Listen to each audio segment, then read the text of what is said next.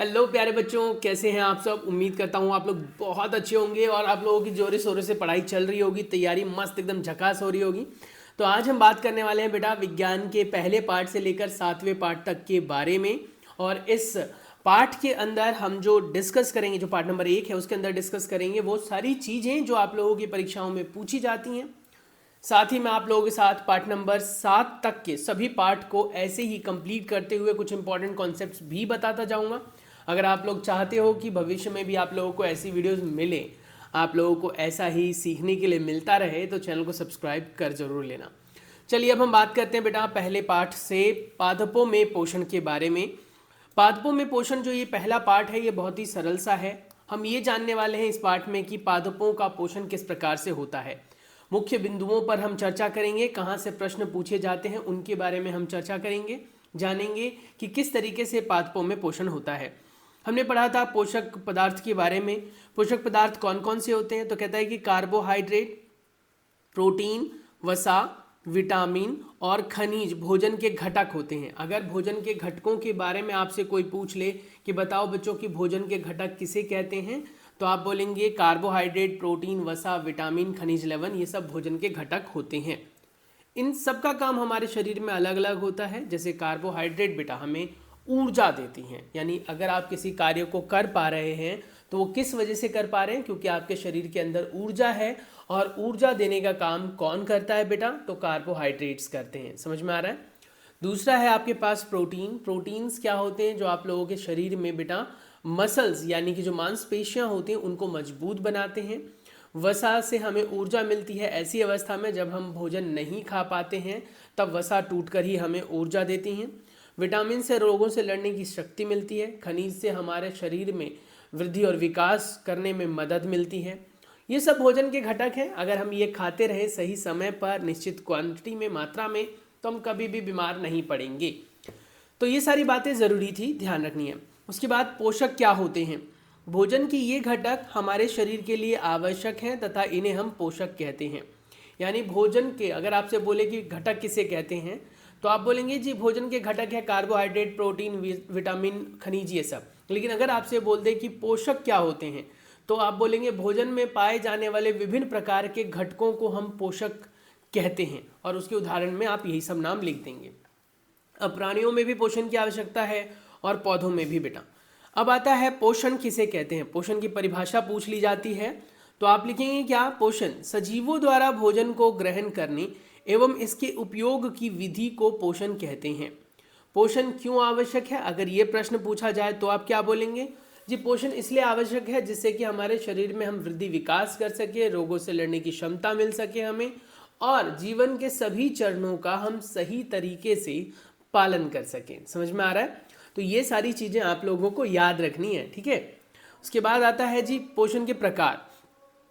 पोषण की बहुत सारी विधियां होती हैं, उनमें से ये विधि है जिनमें आप कह सकते हैं जीवन अपना या जीव अपना भोजन खुद बना लेते हैं, संश्लेषित कर लेते हैं। उन्हें हम स्वपोषी कहते हैं या स्वपोषण कहते हैं। स्वपोषी जीव ऐसे जीवों को कहा जाता है जो अपना भोजन खुद से बना लेते हैं, खुद से प्राप्त कर लेते हैं। जैसे कि पेड़ पौधे, पेड़ पौधों को हम स्वपोषी कहते हैं क्योंकि पेड़ पौधे अपना भोजन खुद बना लेते हैं, ठीक है। उसके बाद आता है कुछ ऐसे भी जीव होते हैं जो बेटा दूसरों से भोजन प्राप्त करते हैं, तो ऐसे पादपों को स्वपोषी कहते हैं जो अपना भोजन खुद बना लेते हैं। अगर आपसे प्रश्न पूछा जाए कि स्वपोषी किसे कहते हैं, तो ऐसे पादपों को हम स्वपोषी कहते हैं जो अपना भोजन खुद बना लेते हैं। अच्छा सर, कुछ ऐसे पौधे भी हैं क्या जो अपना भोजन खुद नहीं बना सकते। जी हाँ बच्चों, कुछ ऐसे पौधे भी हैं जो भोजन अपना खुद नहीं बनाते हैं, किसी और पौधे या जीव जंतु पर आश्रित होते हैं। जंतु एवं अधिकतर अन्य जीव पादपों द्वारा संश्लेषित भोजन ग्रहण करते हैं। इन्हें हम विषमपोषी कहते हैं। विषमपोषी वो जीव होते हैं बेटा जो अपना भोजन खुद नहीं बना सकते, जैसे कुत्ता, बिल्ली, गधा, घोड़ा, इंसान, हम सभी क्या है बेटा, विषमपोषी हैं। उसके बाद कहता है कि पहेली जानना चाहती हैं कि पादपों की तरह हमारा शरीर भी कार्बन डाइऑक्साइड, जल, खनिज से अपना भोजन स्वयं क्यों नहीं बना सकता। अब प्रकाश संश्लेषण की विधि के बारे में जाना था हमने कि प्रकाश संश्लेषण एक ऐसी विधि है जिस विधि से बेटा पौधे अपना भोजन खुद बना लेते हैं। अब सवाल वही उठता है कि जब पौधे अपना भोजन बना सकते हैं तो हम क्यों नहीं बना सकते। क्योंकि बेटा पौधों की पत्तियों में पाया जाता है क्लोरोफिल नाम का एक पदार्थ जो हमारे शरीर में कहीं पर भी नहीं होता, और उसी क्लोरोफिल नाम के पदार्थ से बेटा पौधे प्रकाशीय ऊर्जा को रासायनिक ऊर्जा में परिवर्तित कर पाते हैं। ठीक है, तो ये कहता है क्या कि बहुत सारे जो कह सकते हो कारक होते हैं हमारे शरीर के अंदर जो हमें भोजन दूसरों से लेना पड़ता है, उनमें से एक कारण ये भी है बेटा कि हम भोजन अपना खुद बना नहीं सकते। उसके बाद पौधों की खाद्य फैक्ट्री किसे कहते हैं? पादप जो है वो खाद्य पदार्थ बनाने के लिए कच्ची सामग्रियों का प्रयोग करते हैं जो उन्हें आप कह सकते हो जड़ों द्वारा प्राप्त हो जाती हैं और बेटा पौधों की पत्तियों द्वारा प्राप्त हो जाती हैं। लेकिन अगर हम कहें कि पौधों में भोजन बनता कहाँ पर है, मैं आपसे एक सिंपल सा सवाल पूछता हूँ कि पौधे अपना भोजन कहाँ बना लेते हैं, यानी पौधे का ऐसा कौन सा भाग है जहाँ पर वो भोजन बना लेते हैं? तो आप बोलेंगे बेटा क्या? आप बोलेंगे सिंपल सा उत्तर, और वो बोलेंगे क्या कि वो है पौधों के पत्तियों में। तो पत्तियाँ जो होती हैं बेटा वो भोजन बनाने के कार्य करती हैं, इसीलिए पौधों की पत्तियों को हम कह देते हैं खाद्य फैक्ट्री। अब प्रकाश संश्लेषण के प्रक्रम के बारे में बताएगा। उस प्रक्रम में आप पढ़ेंगे कि रंध्र किसे कहते हैं। रंध्र का काम क्या होता है? पौधों के अंदर छोटे छोटे बेटा पत्तियों में छेद पाए जाते हैं जिन्हें हम रंध्र कहते हैं। पत्तियों के सतह पर उपस्थित सूक्ष्म रंध्रों द्वारा वायु के रूप में कार्बन डाइऑक्साइड प्रवेश करती है। यानी अगर कोई पूछे कि पौधे कौन सी गैस का कह सकते हो कौन सी गैस लेते हैं, तो आप लिखेंगे कार्बन डाइऑक्साइड। कार्बन डाइऑक्साइड का बेटा सूत्र भी पूछ लिया जाता है, जैसे कि यहाँ पर लिखा है CO2। CO2 कार्बन डाइऑक्साइड का सूत्र होता है, याद रखना। रंध्र क्या होता है? पौधों की पत्तियों में पाए जाने वाला छोटा छोटा छेद रंध्र कहलाता है। ऐसे ही फिर बेटा हमारे पास यहाँ कोशिका के बारे में पूछता है। कोशिका क्या है? तो कहता है क्या? सजीवों का शरीर सूक्ष्म इकाइयों से बनता है जो कोशिका कहलाती है। यानी कोशिका क्या है? अपने आप में शरीर की सूक्ष्मतम कह सकते हो, बल्कि शरीर की सूक्ष्म इकाई जिससे हमारा शरीर बनता है और बेटा वृद्धि और विकास करता है। कोशिकाओं को सूक्ष्मदर्शी से देखा जा सकता है। यानी अगर आप यहाँ से प्रश्न पूछेंगे जी यहाँ से कैसा प्रश्न पूछा जाता है, तो आप बोलेंगे जी प्रकाश संश्लेषण की विधि हमने पढ़ा, क्या होता है? हमने पढ़ा कि रंध्र क्या होता है। लेकिन यहाँ तक के प्रश्नों में से एक प्रश्न और पूछा जा सकता है आपसे कि आप कोशिका से क्या समझते हैं। तो कोशिका पौधों या जानवरों जीव जंतुओं की सूक्ष्मतम इकाई है, जिसका कह सकते हो ईंट की तरह समझ सकते हैं, जो ईंट की तरह होती है और हमारे शरीर का निर्माण करती हैं। उसके बाद इनको देखने के लिए हम सूक्ष्मदर्शी का इस्तेमाल करते हैं, जो कि एक प्रकार का यंत्र है जिसके अंदर हम लेंस का प्रयोग करते हैं। उसके बाद कहता है कोशिका की बाहरी परत को हम कोशिका झिल्ली कहते हैं। कोशिका के बीच में बेटा एक संरचना होती है जिसे हम केंद्रक कहते हैं। केंद्रक के चारों तरफ जो है वो कोशिका द्रव्य होती है, जिसमें बाकी के कोशिका की चीजें होती हैं, ये याद रखना। रंध्र क्या होता है? तो कहता है कि छोटे छोटे छेद जो होते हैं उन्हें हम रंध्र कहते हैं। जल जो है वो किस प्रकार से पौधों तक पहुंचता है? तो जल को पहुंचाने के लिए अन्य प्रकार के उत्तक का प्रयोग होता है, जिसे हम कहते हैं बेटा क्या? जाइलम। जाइलम एक प्रकार का उत्तक होता है जिसका प्रयोग किया जाता है पौधों तक पानी पहुंचाने के लिए। अब आता है कि क्लोरोफिल क्या होता है। पत्तियों में हरा रंग वर्णक जिसे हम क्लोरोफिल कहते हैं। पत्तियों में क्या पाया जाता है बेटा? हरे रंग का वर्णक होता है जिसे क्लोरोफिल कहते हैं।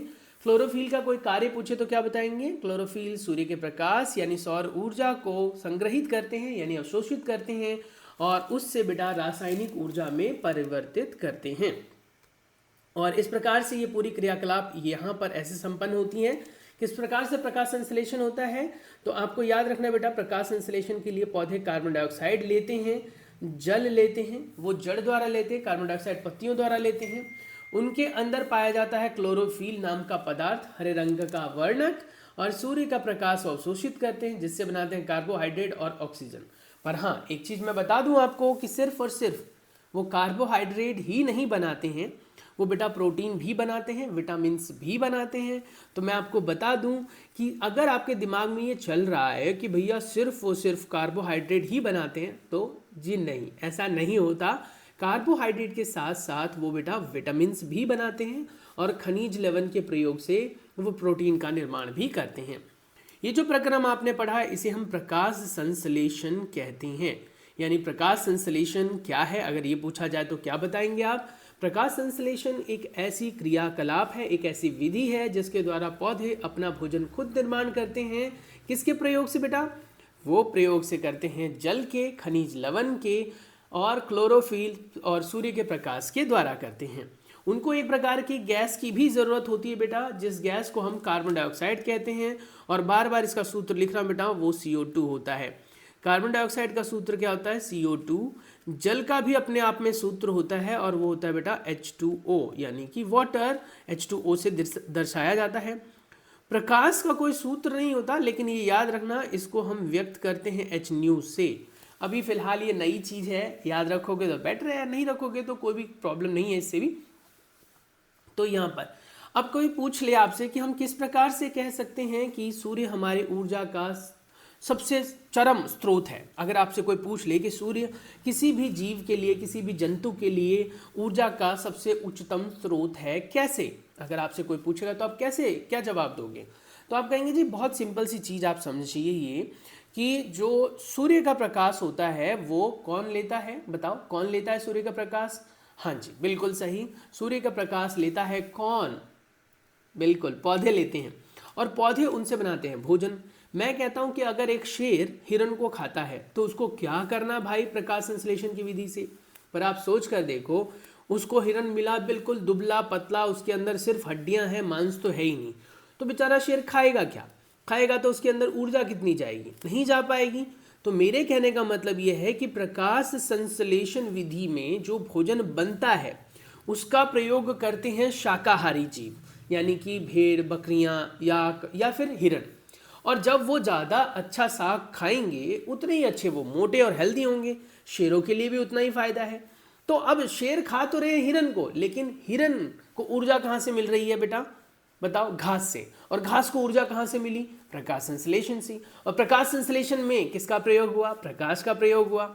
इसीलिए हम कह सकते हैं कि सभी जीवों के लिए सूर्य ऊर्जा का चरम स्रोत है।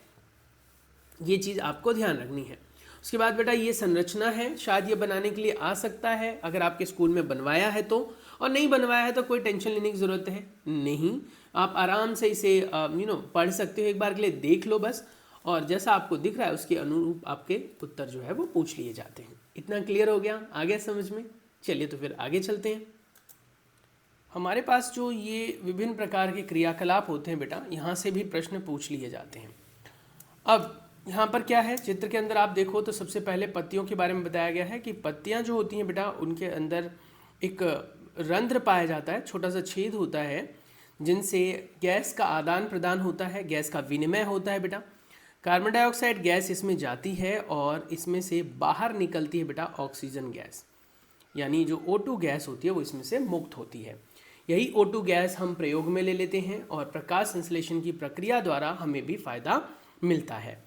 अब कोई आपसे पूछे कि प्रकाश संश्लेषण द्वारा उत्पन्न ऊर्जा पौधे अपने शरीर में किस प्रकार या किस रूप में संग्रहित करते हैं, तो पत्तियों में स्टार्च के रूप में प्रकाश संश्लेषण की प्रक्रम द्वारा जितना भी कह सकते हो संपन्न कार्बोहाइड्रेट है वो संग्रहित रहता है, स्टोर रहता है।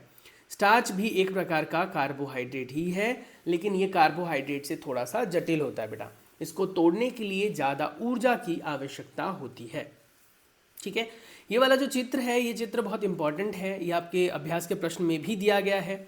आपका ये चित्र दिया होगा और ये नाम सब जो दे रखे हैं जैसे सूर्य का प्रकाश या सूर्य ऊर्जा, कार्बन डाइऑक्साइड, या फिर बेटा नीचे दिया गया है जल तथा खनिज, क्लोरोफिल, ये आपको नहीं दिया हुआ मिलेगा, आपको चित्र दे रखा होगा और उसको बोलेगा कि इसकी लेवलिंग करो। लेवलिंग करने का मतलब होता है कि इसको मार्क करो कि कौन सी चीज़ क्या है, तो यहाँ से ऐसा प्रश्न भी पूछा जा सकता है। तो ये अपने आप में बहुत इंपॉर्टेंट चित्र है बेटा, इसको ध्यान रख लो और समझ लेना। मैं बता देता हूँ एक बार, ये सूर्य का प्रकाश यहाँ से मिलता है बेटा, जिसे हम कहते हैं सूर्य यानी कि सन, सौर ऊर्जा मिलती है और पत्तियाँ उन सौर ऊर्जा को अवशोषित कर लेती हैं। पत्तियों में छोटे छोटे ऐसे ही रंध्र पाए जाते हैं, उन रंध्रों से बेटा कार्बन डाइऑक्साइड गैस अंदर जाती है, जो कि आपको यहाँ पर एरो से ही पता लग रहा होगा। इसमें नहीं लग पा रहा है तो आप अपनी बुक में देख लो, आपको मिल जाएगा। उसके बाद अगर हम बात करें ऑक्सीजन गैस की बेटा, तो कार्बन डाइऑक्साइड गैस तो गई है ना, तो मुक्त कौन सी गैस होगी, तो ऑक्सीजन गैस मुक्त होगी, कार्बन डाइऑक्साइड जाती है। बार बार फॉर्मूला इसलिए लिख रहा हूँ क्योंकि पेपर में आने के चांसेस होते हैं। वाटर जो है बेटा वो नीचे से मिल जाता है, उनको नीचे से वाटर मिलता है। अगर मैं कहूँ वाटर कहाँ से मिलता है तो नीचे से मिलता है। और ऑक्सीजन गैस जो मुक्त होती है वो O2 होती है। बाकी क्लोरोफिल है। क्लोरोफिल क्या होता है बेटा? ये हरे रंग का वर्णक होता है जो पत्तियों में पाया जाता है। जल और खनिज को अवशोषित करने का काम बेटा जड़ें करती हैं। जड़ें मुख्यतः दो प्रकार की होती हैं, एक होती है मूसला जड़, दूसरी होती है बेटा धाकड़ जड़, झाकड़ जड़, झकड़ागर जड़, पता नहीं ये कुछ नाम है, अभी पढ़ेंगे हम उसके बारे में, ठीक है। चलिए अब हमारे पास आता है यहाँ पर शैवाल नाम। शैवाल क्या है? शैवाल क्या है? तो कहता है कि सामान्य जीव कुछ जीवों की वृद्धि के कारण बनते हैं जिन्हें शैवाल कहते हैं, ठीक है। सामान्यतः कुछ जीवों की वृद्धि के कारण बनते हैं, यानी कहने का मतलब शैवाल जो है वो दूसरों की मदद करते हैं और खुद की भी मदद वो दूसरों से लेते हैं। चलिए कल्पना करके करते हैं हम इस क्रियाकलाप को। कल्पना कर सकते हैं कि इसका रंग हरा क्यों होता है? क्योंकि इसके अंदर शैवाल यानी कि आपने जिसे काई कहा बेटा, काई का रंग हरा क्यों होता है? क्योंकि उसके अंदर पाया जाता है क्लोरोफिल। अगर ये ध्यान रखना, कोई भी क्लोरोफिल युक्त पदार्थ है जो कि हमें पौधे जैसी या फिर ऐसी चीज़ें मिलती हैं जो हरे रंग के आसपास में और पौधे द्वारा प्राप्त है, तो उसके अंदर समझ लो क्लोरोफिल पाया जाता है। उसके बाद कहता है क्या? इसमें क्लोरोफिल होता है जिसके कारण ये हरे रंग के दिखाई देते हैं। शैवाल भी प्रकाश संश्लेषण की प्रक्रिया दिखा सकते हैं। कुछ पौधे ऐसे होते हैं जो प्रकाश संश्लेषण की प्रक्रिया नहीं दिखाते, उन्हें दूसरों से भोजन लेना पड़ता है। अब कह रहे हैं कि क्या पादपों में कार्बोहाइड्रेट के अतिरिक्त अन्य खाद्य का संश्लेषण भी होता है? जी हाँ। अभी तक हमने पढ़ा कि प्रकाश संश्लेषण की प्रक्रिया द्वारा सिर्फ और सिर्फ कार्बोहाइड्रेट बनता है, जबकि ये गलत है। कार्बोहाइड्रेट के बनने के लिए कार्बन, हाइड्रोजन, ऑक्सीजन से हमें ज़रूरत पड़ती है, यानी कि इनसे ये बनता है, इनसे पौधे अपना भोजन बना लेते हैं और ऊर्जा बना लेते हैं। लेकिन आपको क्या लगता है कि सिर्फ इनसे कार्बोहाइड्रेट ही बनेगा? नहीं जी, इसके उपयोग से कुछ और चीज़ें भी निर्मित होती है, जैसे कि प्रोटीन। इसमें नाइट्रोजन की ज़्यादा ज़रूरत होती है, कार्बन डाइऑक्साइड होता है, ऑक्सीजन होता है, हाइड्रोजन होता है। साथ ही पादपों को नाइट्रोजन कहाँ से मिलता है, ये सवाल भी उठता है। पादप जो होते हैं अपना नाइट्रोजन बेटा जड़ों से अवशोषित करते हैं, लेकिन उनकी जड़ों में नाइट्रोजन कैसे आया? तो नाइट्रोजन के फिक्सेशन यानी नाइट्रोजन चक्रण के बारे में हम पढ़ेंगे, जिसमें हम जानेंगे किस प्रकार से नाइट्रोजन हमारी धरती पर 78% में विद्यमान है धरती के वातावरण में, और वो 78% हमेशा कांस्टेंट ही क्यों रहता है। तो वही कह रहा है कि नाइट्रोजन अगर हम देखें तो हमारे ऑक्सीजन की मात्रा, नाइट्रोजन की मात्रा कुछ इस प्रकार से है।